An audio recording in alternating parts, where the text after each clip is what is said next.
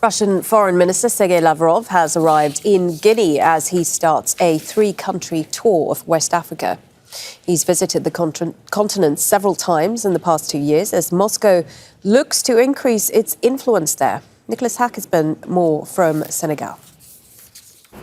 So we're on our way to meet a Russia-Africa expert, and I've ordered a Yango, which is a Russian company here in Senegal that operates taxis. It's one of the many Russian companies that have started investing in West Africa.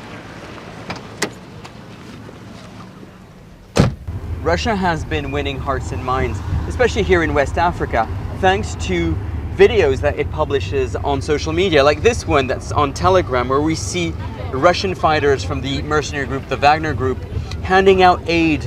And you can clearly see the Russian flag, and it shows Russia stepping in and succeeding where the West has failed.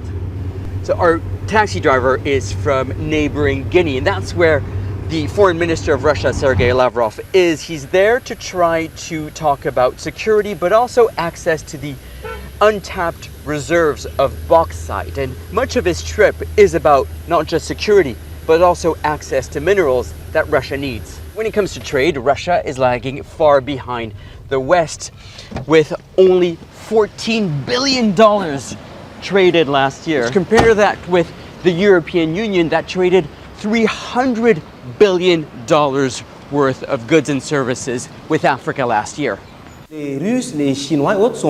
Russians are seen as an economic, security and strategic alternative to the West for the development of African states. And anything that bothers or diminishes the West seems popular with young Africans at the moment.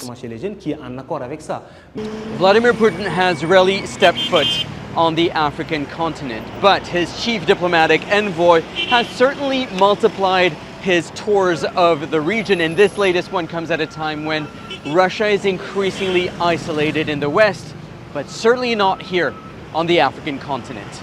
Nicolas, Haque, Al Jazeera, Dakar. Make sure to subscribe to our channel to get the latest news from Al Jazeera.